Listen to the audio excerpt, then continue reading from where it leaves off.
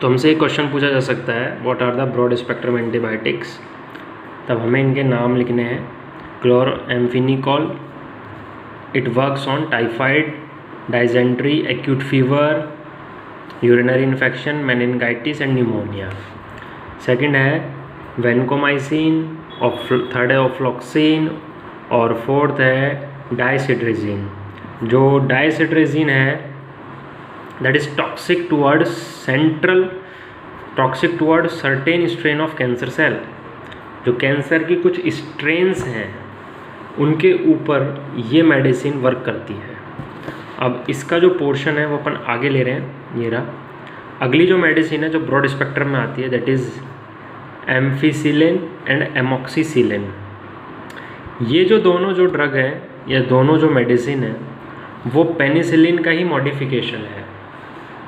ठीक है, जो पेनिसिलिन है उसी का ही मॉडिफिकेशन है ये, और ये ब्रॉड स्पेक्ट्रम में आती है। अब जो इसके बारे में जो बताया गया है पेनिसिलिन के बारे में, देखो क्या है, it is essential to test the patients for sensitivity allergy, ठीक है, टू पेनिसिलिन बिफोर एडमिनिस्ट्रेटेड। इसमें ये बताया गया है कि जब भी आप पेनिसिलिन किसी भी पेशेंट को दें तो सबसे पहले उसकी सेंसिटिविटी चेक कर लें। सेंसिटिविटी का मतलब वो पेनिसिलिन से एलर्जिक है या नहीं है, पहले वो चेक कर लें, नहीं तो पेनिसिलिन उसके लिए ख़तरनाक हो सकती है। ठीक है, ये है हो गए आपके एंटी माइक्रोबियल्स। एंटी माइक्रोबियल में एंटीबायोटिक्स। अगला जो है हमारा एंटी माइक्रोबियल में, that is antiseptic and disinfectants. देखो एंटीसेप्टिक और डिसइंफेक्टेंट में क्या अंतर है। जो एंटीसेप्टिक्स होते हैं वो जनरली जो स्किन होती है, स्किन की जो सरफेस होती है उस पर जब हमको कई बार लग जाती है या कोई कट हो जाता है तो उस पर लगाए जाते हैं, उन्हें हम बोलते हैं एंटीसेप्टिक्स। ठीक है, जैसे कि फॉर एग्जांपल डिटॉल है, सेवलॉन है, सोफ्रामाइसिन है, ये सारे के सारे एंटीसेप्टिक्स हैं जो स्किन के ऊपर अप्लाई होते हैं, लिविंग टिश्यूज़ के ऊपर अप्लाई होते हैं। ठीक है, वुंड्स पे, कट्स पे। तो जो क्वेश्चन आता है वो सुनो क्या है, आपसे डिटॉल का कंपोजिशन पूछता है कि what is the composition of Dettol. तो डिटॉल क्या है, Dettol is a mixture of chloroxylenol और टर्पिनॉल। क्लोरोऑक्सिनॉल एंड टर्पिनॉल का मिक्सचर है डिटॉल। क्लियर है। अगला जो हमारे पास एंटीसेप्टिक है that is tincture of iodine. Tincture of iodine क्या होता है, टिंक्चर ऑफ आयोडीन क्या है, टिंक्चर ऑफ आयोडीन का मतलब है 2 to 3% solution in water alcohol mixture. It is a powerful in antiseptic. ठीक है, जो टिंक्चर ऑफ आयोडीन है उसमें अल्कोहल वाटर के मिक्सचर में हम 2 से 3% उसके अंदर हम आयोडीन मिलाते हैं, that is known as tincture of iodine. ठीक है, आगे जो आयोडोफॉर्म है is also used as antiseptic. Iodoform भी एंटीसेप्टिक की तरह यूज़ आती है। बोरिक एसिड जो है, जो डाइल्यूट सॉल्यूशन है बोरिक एसिड का, वो वीक एंटीसेप्टिक होता है।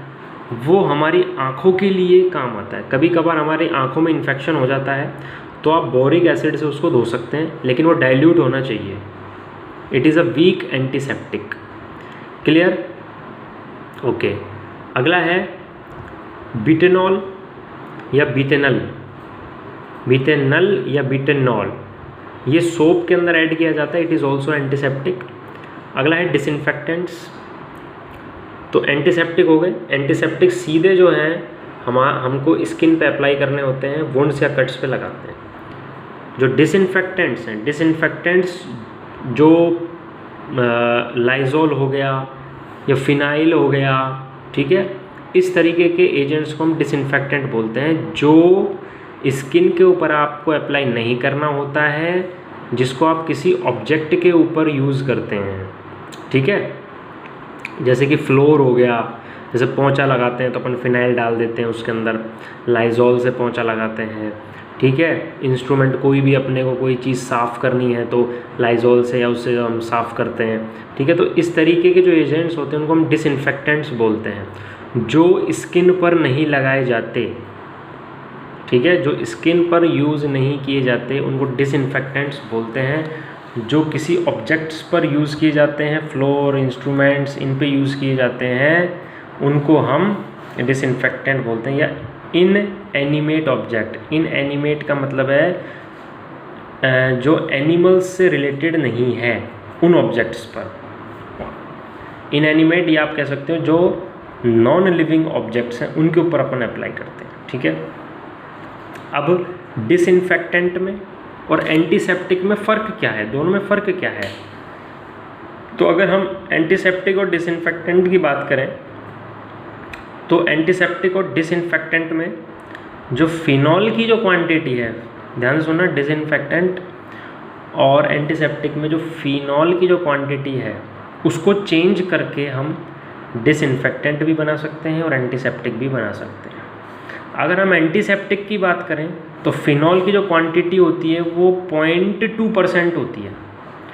0.2% फिनॉल अगर किसी सॉल्यूशन में है तो वो एंटीसेप्टिक की तरह वर्क करेगा, और अगर 1% है तो वो डिसइंफेक्टेंट की तरह वर्क करेगा। क्लियर है? अगला जो डिसइंफेक्टेंट है जैसे कि क्लोरीन हो गया, ठीक है, क्लोरीन है, chlorine in the concentration of 0.2 to 0.4 ppm in aqueous solution. ध्यान रखना, पार्ट्स पर मिलियन बहुत ही कम क्वांटिटी है ये, ठीक है, इतने ppm में। और सल्फर डाइऑक्साइड को लो कंसंट्रेशन में अगर मिलाते हैं तो वो डिसइंफेक्टेंट की तरह वर्क करते हैं। आपने देखा होगा क्लोरीन पानी में भी मिलाया जाता है, क्लोरीन पानी को डिसइंफेक्टेंट करने के भी काम आता है। तो आज का अपना टॉपिक था एंटी माइक्रोबियल। तो अगले टॉपिक में या अगले वीडियो में हम पढ़ेंगे एंटी फर्टिलिटी ड्रग, जो आपकी फर्टिलिटी को इफ़ेक्ट करते हैं, that is anti fertility drug, ठीक है। तो अगले टॉपिक में हम एंटी फर्टिलिटी ड्रग पढ़ेंगे।